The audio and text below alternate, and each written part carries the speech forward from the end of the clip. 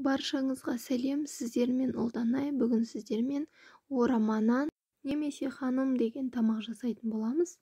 Тестамызға ең алдымен мұздай суымызға алып, үстіне жұмыртқаны саламыз, аздап тұз қосып, орташа етіп қамыр илейтін боламыз. Менің каналыма тіркеліп лайк басуды ұмытпаңыздар.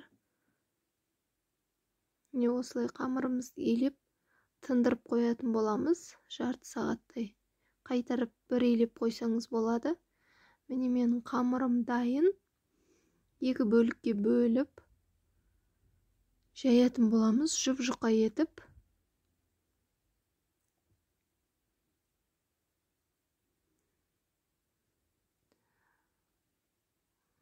Менің басқа да видеоларымды көріп, комментария жазып, баға беріп кетіңіз.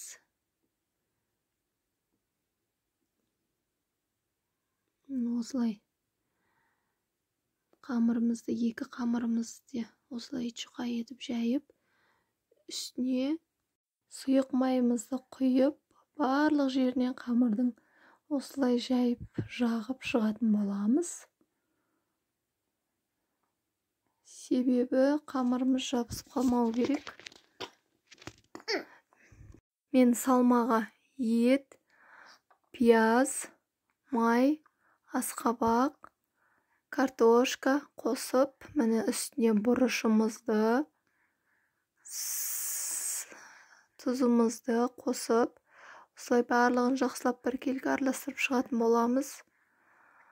Мен барлығын теркадан өткізіп алдым. Міне май жағылған қамырымызды қақ ортасынан пышақпен осылай бөліп аламыз да, салмамызды салып, көп салсаңыз да болады, аз-аздан салсаңыз да болады. Салмаңызға байланысты салып отырасыз. Осылай. Енді жақсылап орайтын боламыз. Жалпақ-жалпақ етіп ораңыздар. Осылай, мен сияқты. Манта баркымыздың листін майлап аламыз да, осы оралған қамырымызды, орамамызды манта баркымызға айналдыра қойып шығатын боламыз.